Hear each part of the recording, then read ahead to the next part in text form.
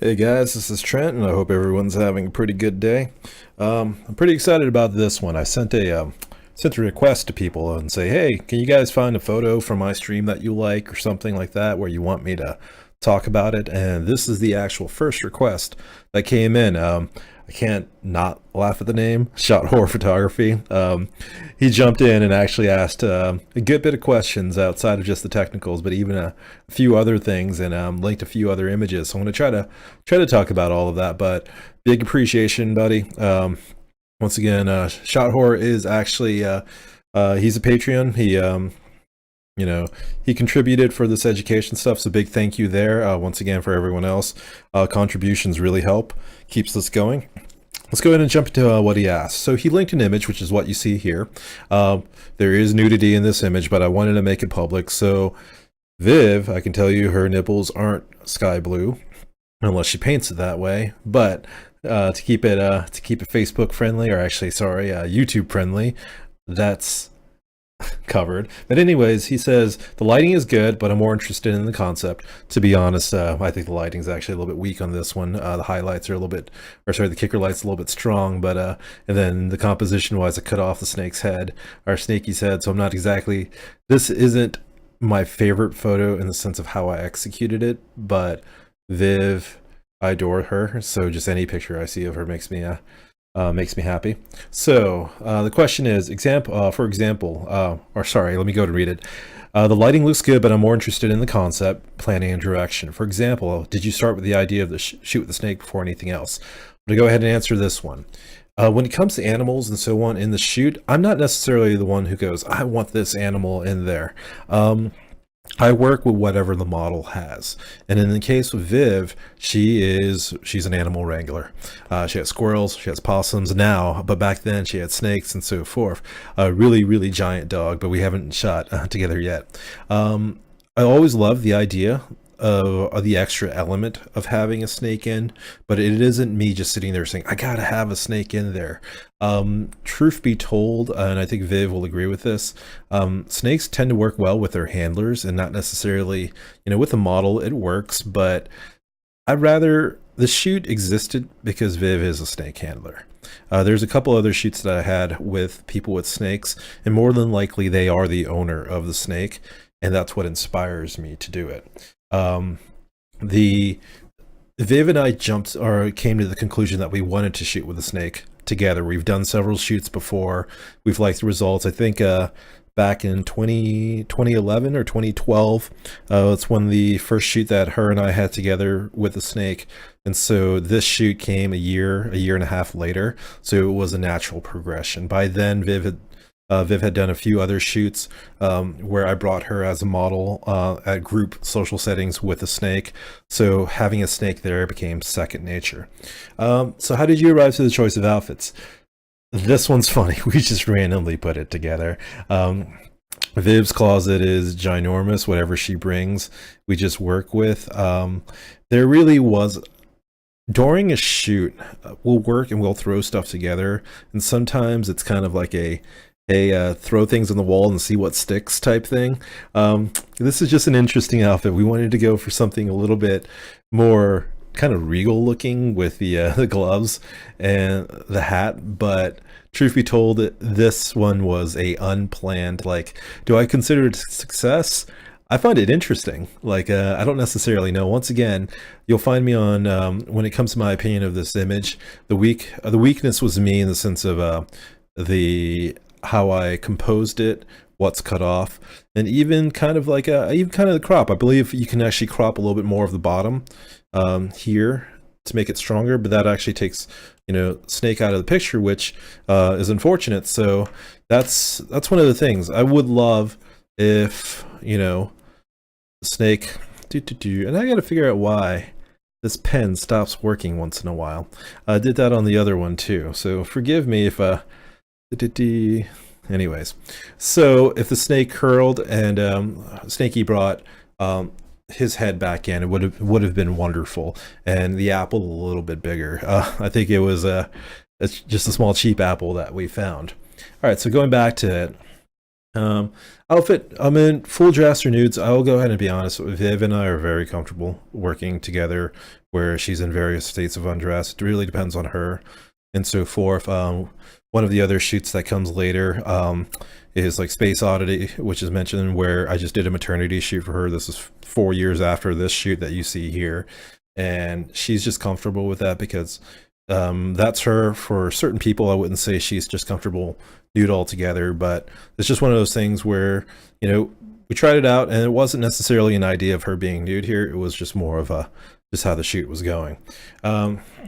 Were you directing poses to keep it an implied shoot, or is that more freeform and decide later what gets uploaded?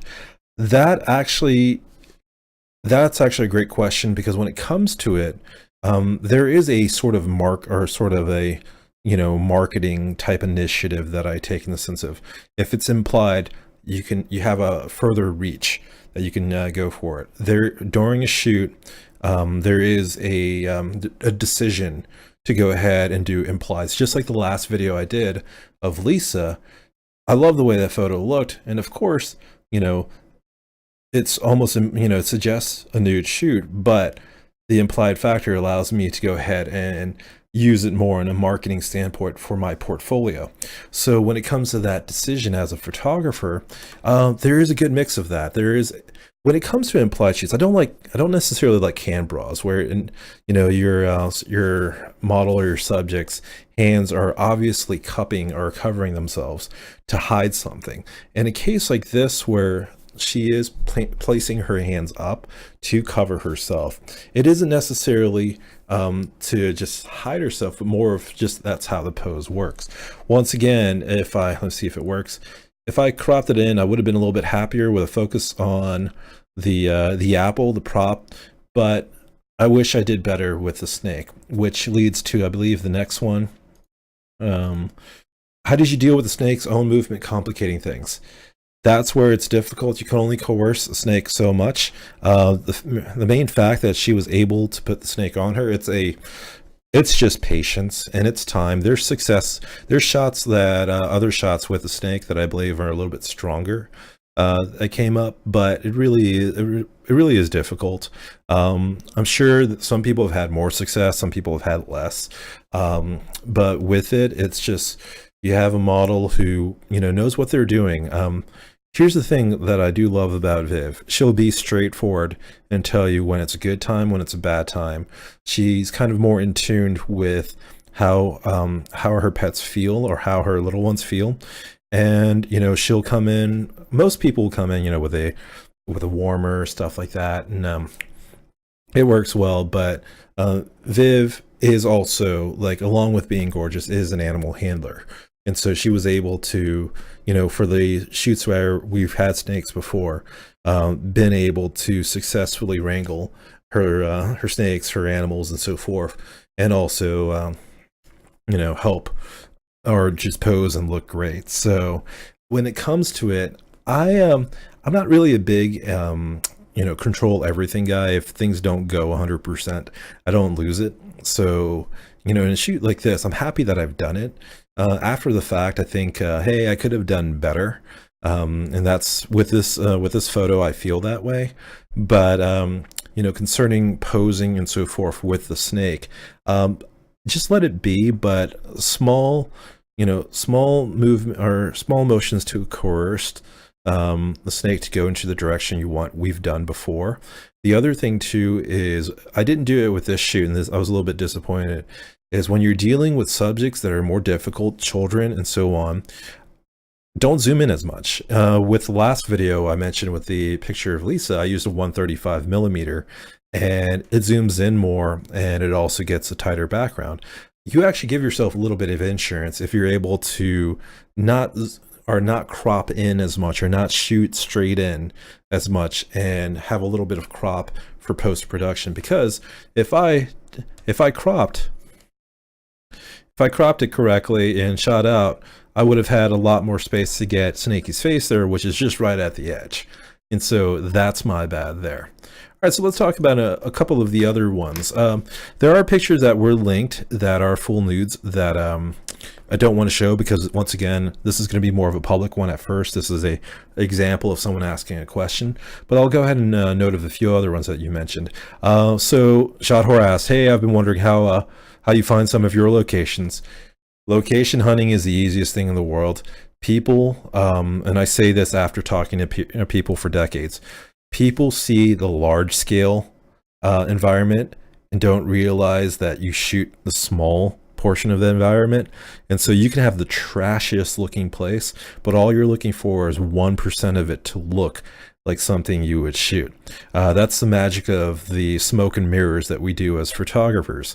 And so you don't need this crazy epic location that just, everything looks like it's photogenic to have a shoot. And in a case like this picture in front of you, pretty much it's just a, that's just a studio backdrop. But another example image that was linked was this photo of Madison. And this is at the Southeast Railway Museum in, in Georgia. So that actually, if you walk down this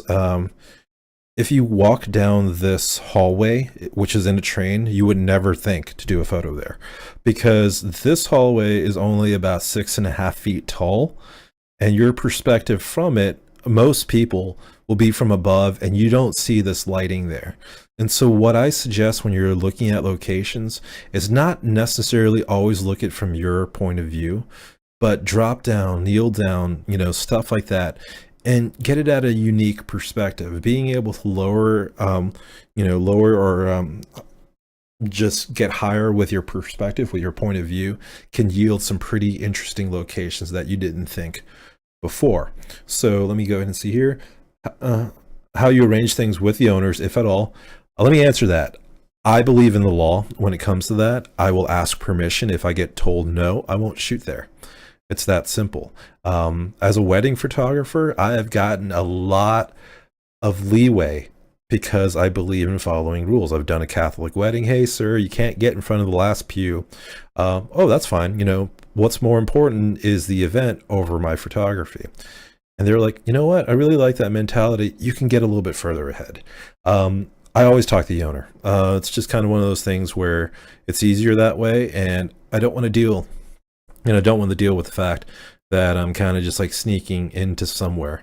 If it is kind of a sneaking situation, I have a massive respect for authority when it comes to that, and understanding. And then also, I'm not really anal about like these are my photos, they belong to me. I'll actually share it. Like, oh, sir, this is what I've been doing.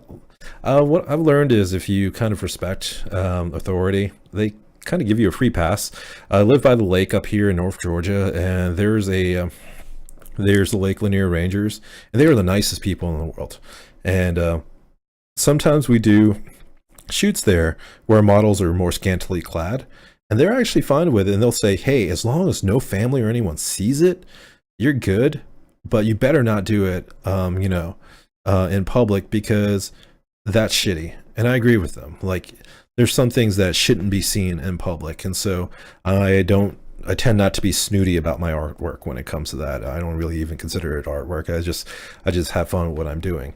And so the last question is, how do you deal with public walking on set? Normally I shoot in a more secluded private area, but I love people. And when they come up and talk to me, as long as I can get my work done, I talk to them about it. My shoot sequence isn't about 100% shooting. I actually get more joy in talking to people, and I see that as an opportunity. When the public walks in, if they're interested, more than likely, it might be an Instagram thing or so forth, but we're not going to be there that long. So I don't necessarily let that energy just kind of fuck it up anyways. It's just, it's not a major thing. But if the public walks in, there's a lot of times it's joking, oh, hey, can I have my Kodak moment or something like that? And, it's a fast, friendly quip back to them, so forth. It's pretty much how it's handled. Love people. I mean, in a sense, a lot of us as photographers want to share our work. And so when the public comes in, that's sharing it in the raw. Like, that's sharing it at the point of it being made. Some people are annoyed by that, and I fully understand. They don't want to be bothered. On my end, I guess it's the show, the showmanship in me, or the so forth, or the fact that it's not the final photo, or it's not my photography that matters. It's the idea of the photography, the joy that I get out, the joy that creating a photo is what matters to me. And that's not something that's exclusively mine. That's something that's a joy to share. That's why it's fun to work with a model who may be 100% experienced, who's worked for years, or may be completely new. And so I hope that answers that question there about how, so forth. And so we're not going to talk about it necessarily now. There were 2 pictures that were linked. Shotwhore, I promise you, I'll go ahead and talk about these photos when it comes up, but he wanted me to discuss the technicalities of these 2 photos of Christina, and let me go ahead and scroll down here, Christina and Viv. So, and I'm looking forward to that. That's going to be done within the week. And I hope in a way that this answers, like, once again, this initiative is pretty new, guys. And I want to show you guys kind of, sort of the informal yet formal way they're being approached when we talk about these images and so forth. So leading into it as the new end scene that exists now. Hey guys, I'm on Patreon. This is something that I want to keep on doing. I want to produce, 3-4 photos, possibly a day, so on, at least, a good bit a week, talking about various subject matters concerning photography. Need your help there in the sense of contributions and also just questions. This is more of an initiated start, so any interest in certain photos and so forth. If anyone's wondering why I just use my own photos, because of copyright reasons, and also just in case I have to negatively critique something, I'm more comfortable doing it to my images now because I don't mind. With that, go ahead and message me, guys. Patreon, check out my Patreon. Hopefully you guys can contribute a little bit. But if you have any questions or so forth, either email me at trent@trentchow.com or go to my Flickr and contact me there. All right, guys, take care.